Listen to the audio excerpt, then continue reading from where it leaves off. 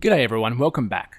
After reviewing Guild Wars 2 and its PvE in more depth, it's time I gave my first impressions on World vs World, which is something a lot of you have asked for in the comments of my other videos. I wanted it to be an authentic new player experience, so I went in blind without looking up any guides. So here's what I loved and some things I hated about World vs World as a new player in 2023. But firstly, for newer players or those who don't play Guild Wars 2 but are curious, World vs World is a hybrid game mode that focuses primarily on PvP, but has a number of PvE elements.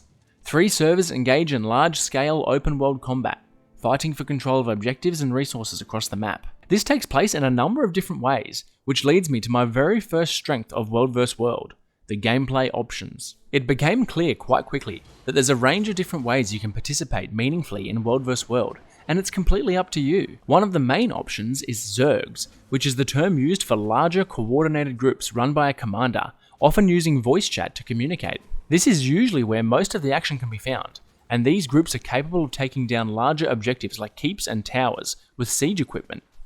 If big Zerg fests aren't your thing, or maybe your graphics card can't handle it, then you can form smaller roaming groups to target smaller objectives like camps and sometimes towers. Doing this, you'll have lots of small-scale skirmishes between 1 to 5 players around these smaller objectives.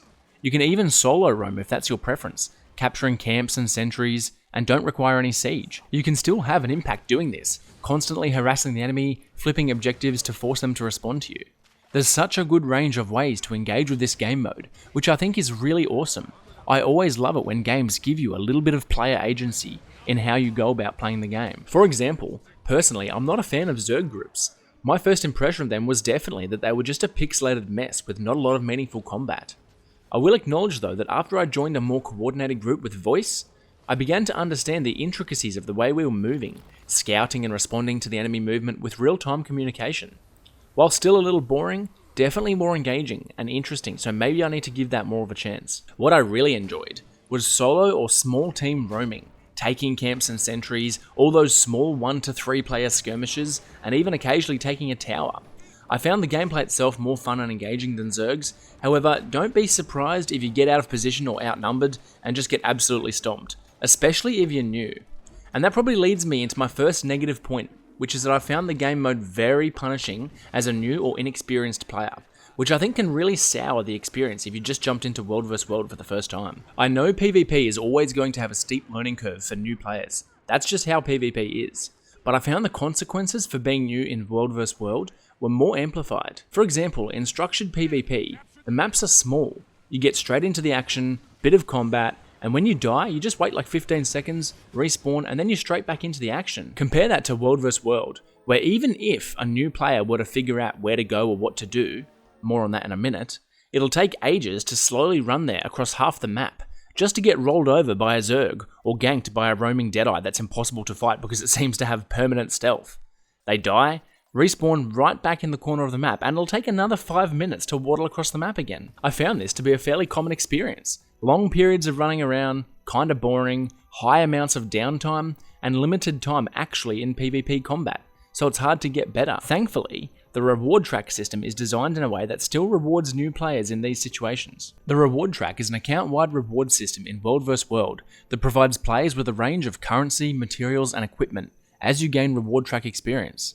You earn reward track experience every 5 minutes automatically, and the amount of experience you receive increases up to 6 tiers based on your participation, which includes killing enemy players, completing events, or taking objectives. What I really like about the reward track is that it is consistent time-based reward with a very achievable participation upkeep. This doesn't punish newer inexperienced players like I mentioned earlier. All you have to do is hit an objective every 10 minutes or so, like capturing a camp or a sentry, and you'll just continue to gain reward track progress. It doesn't matter if you're new and there's lots of downtime running around like there inevitably will be at the start, especially before you get the Warclaw. I also really like that you can pick different reward tracks based on what currency or type of reward you are chasing. For example, you might go after a certain map currency, or maybe you're starting your first legendary and you're going after the Gift of Battle. The other thing I really didn't like was that for a new player the experience was very confusing and unclear at first. I don't think the game did a great job at explaining, despite this NPC's attempt to tell you what's going on. I had a lot of questions as I started bumbling my way through, like why is there multiple maps? What's the difference between the maps and which should I play? How is this scoring work at the top? And does it even matter?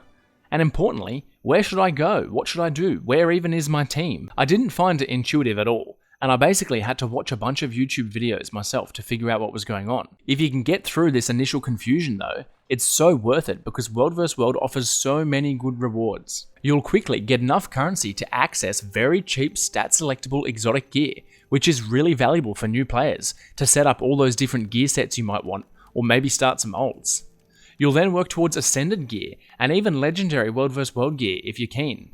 I've personally just completed the Gift of Battle reward track, and made my first legendary weapon, Bolt. It's another testament to Guild Wars 2's approach of enabling you to play however you want.